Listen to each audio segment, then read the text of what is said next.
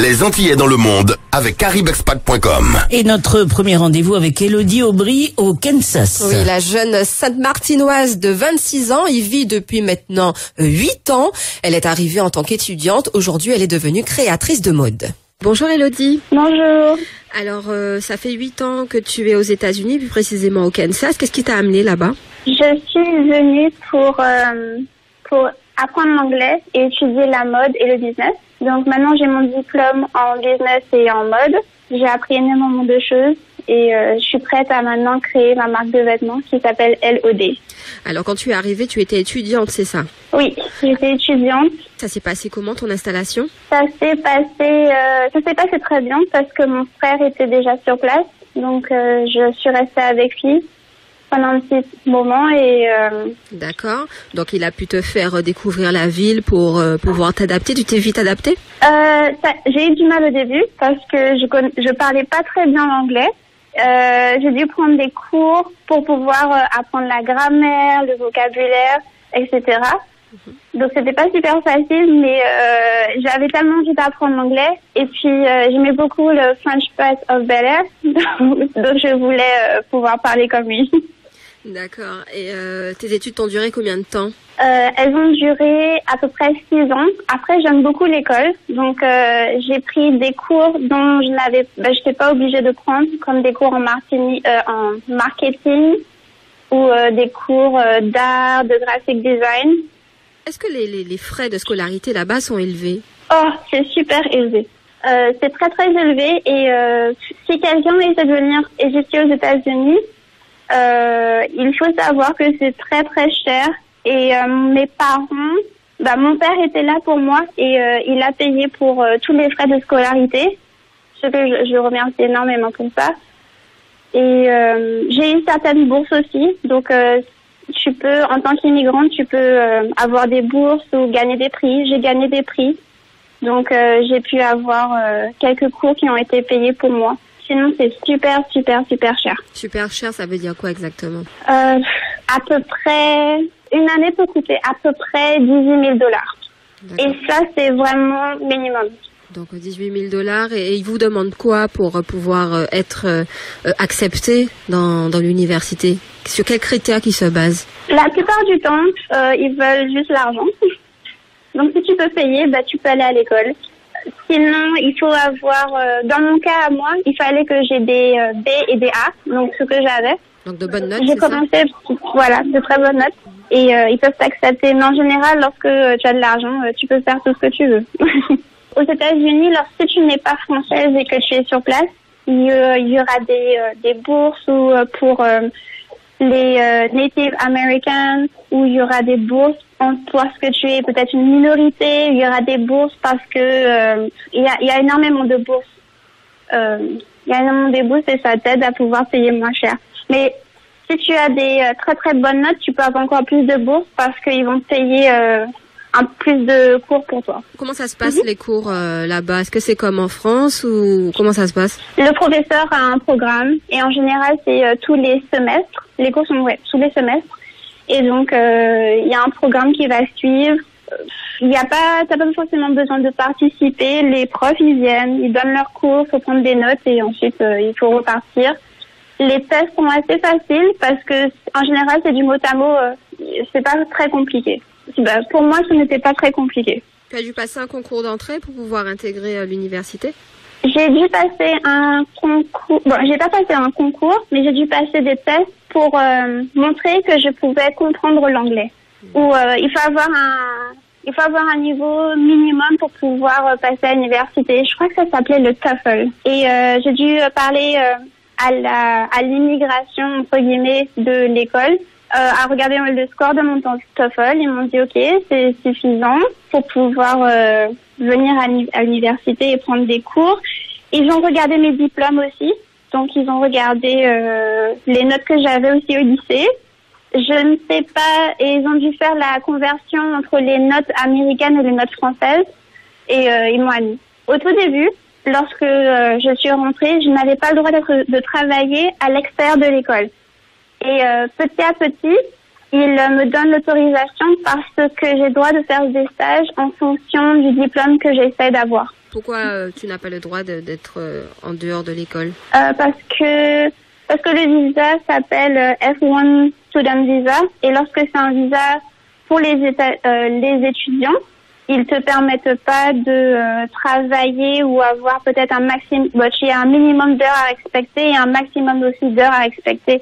Je pense que la raison pour laquelle c'est qu'ils veulent pas avoir beaucoup d'immigrants venir et commencer à travailler illégalement. Après la deuxième journée d'entretien avec Elodie Aubry. La jeune créatrice guadeloupéenne nous raconte ses débuts dans le milieu de la mode. De sa jeune expérience, elle a eu la grande opportunité d'habiller les stars du rap US. Je parle de Drake et de Migos. Écoutez. J'ai dû aller à l'ambassade de Paris. Donc il y a une ambassade à Barbade, française, et je crois qu'il y a une ambassade à Paris. Et j'ai dû aller avoir une interview à l'ambassade où ils me posent énormément de questions. Et pourquoi je vais aux États-Unis, etc. Pendant combien de temps je compte y aller, quel diplôme je veux avoir. Et lorsqu'ils m'ont autorisé à aller sur le territoire américain, je suis allée aux États-Unis. Voilà. Et aussi, ils demandent aussi à montrer, par exemple, un compte bancaire et avoir peut-être $20 000 sur le compte pour pouvoir commencer les cours. D'accord, donc ils vous demandent un relevé de compte. Voilà. Qu'est-ce qui t'a attiré vers la mode, vers la création? Je n'ai jamais été vraiment attirée je n'ai jamais vraiment aimé la mode. Je suis partie en art appliqué en Guadeloupe, où j'ai eu mon bac art appliqué STI, et j'aimais beaucoup l'art. J'étais passionnée de l'art et j'aimais beaucoup le graphic interior design. D'accord. Et lorsque je suis arrivée, mon frère s'est moqué de moi parce que je portais toujours des plumes dans mes oreilles ou des choses dans mes cheveux. Et il m'a dit pourquoi pas essayer la mode. Et j'ai dit ok. Donc j'ai pris 2-3 cours et au fur et à mesure, j'ai commencé à adorer la mode. Je regardais les défilés, j'attendais chaque collection à chaque saison, et voilà. Et le fait d'être là-bas, ça t'a permis aussi de mieux connaître l'univers de la mode? Oui, exactement. Exactement. Pendant mes études, j'ai travaillé pour quelqu'un qui s'appelle Tom Paolini. Il a une compagnie qui s'appelle Paolini Garment Company, et spécialise dans les costumes sur mesure pour les athlètes professionnels, donc assez connus dans la NFL, NBA et MLS.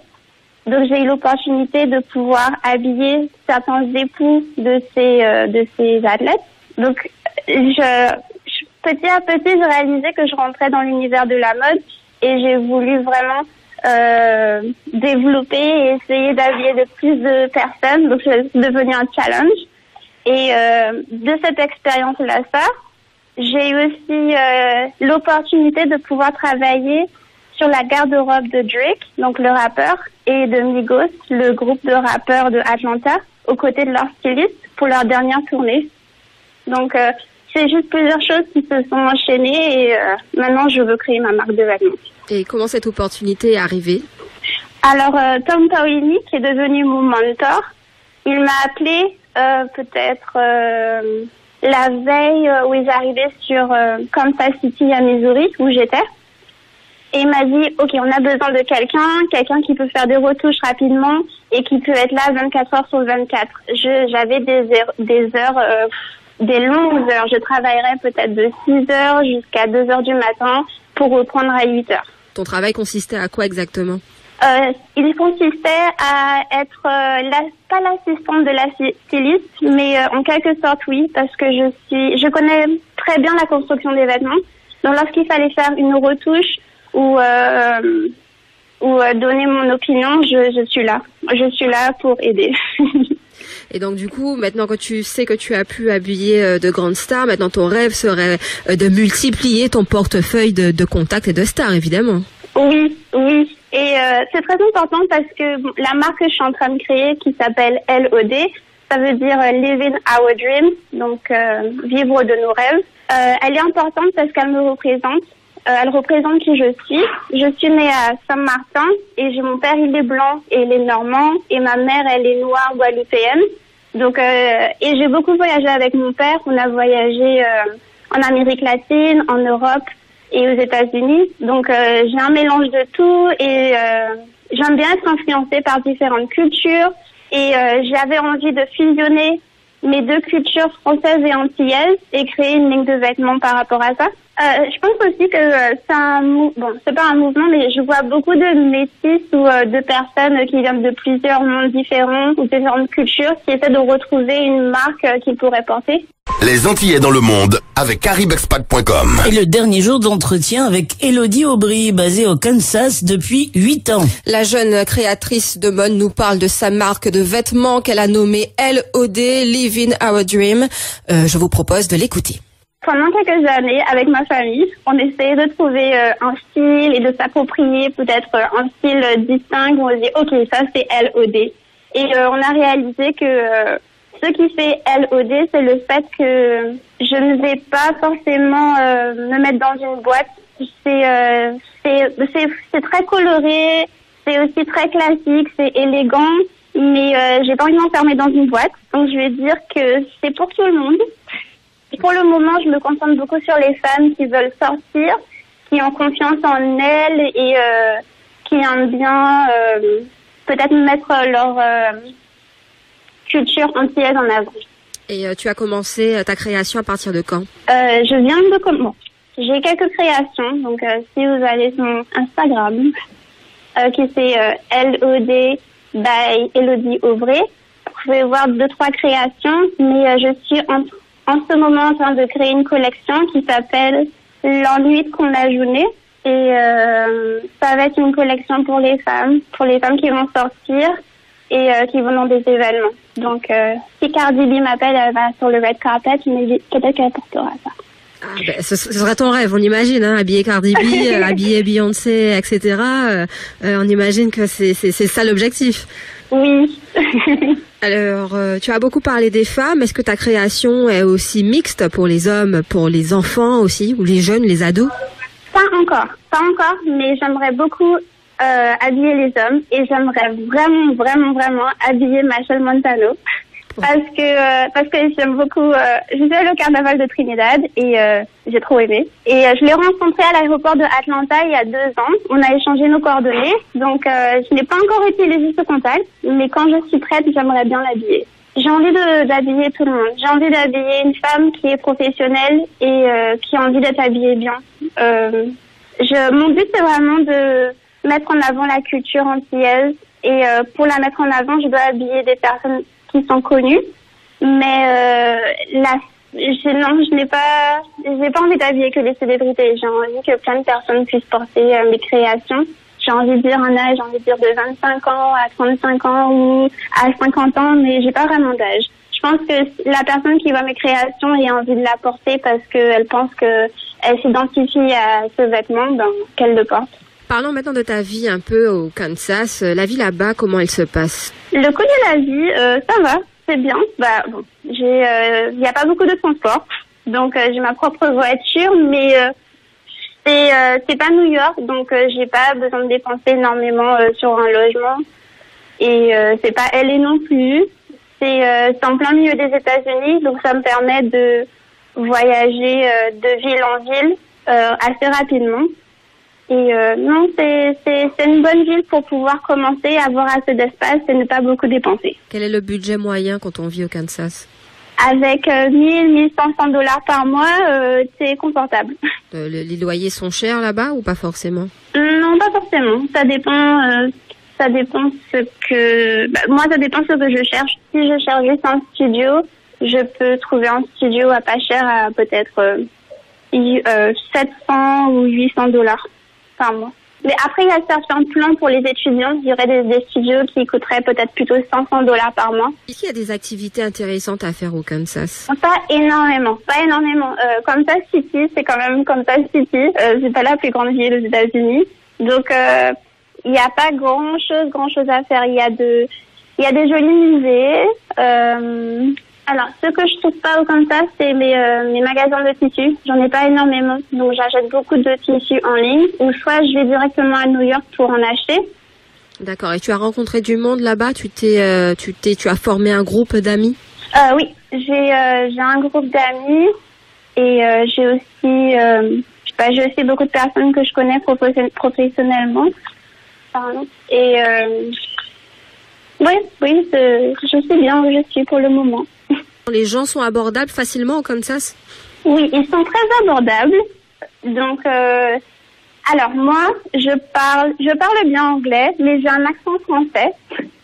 Donc certaines personnes ils me comprennent, mais ça leur prend un petit moment, le temps de ah ok d'accord, je comprends ce que tu dis.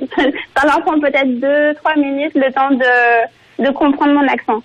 Ok, donc demain quels sont tes projets professionnels? Oui, de développer ma marque et y aller jusqu'au bout. Des fois j'ai envie de commencer quelque chose et j'y vais pas jusqu'au bout parce qu'il y a j'ai beaucoup de restrictions. Mais cette fois, je vais créer cette marque, que ça soit aux États-Unis ou autre part. Mais ouais, j'ai super hâte. J'ai très très hâte. Merci beaucoup, Élodie, d'avoir répondu à nos questions. Ok, merci beaucoup de m'avoir invitée. Et à bientôt. Ok, à bientôt. Et vous pourrez bien sûr retrouver tous ces entretiens avec Élodie Aubry sur notre site www.rci.fm. RCI Midi.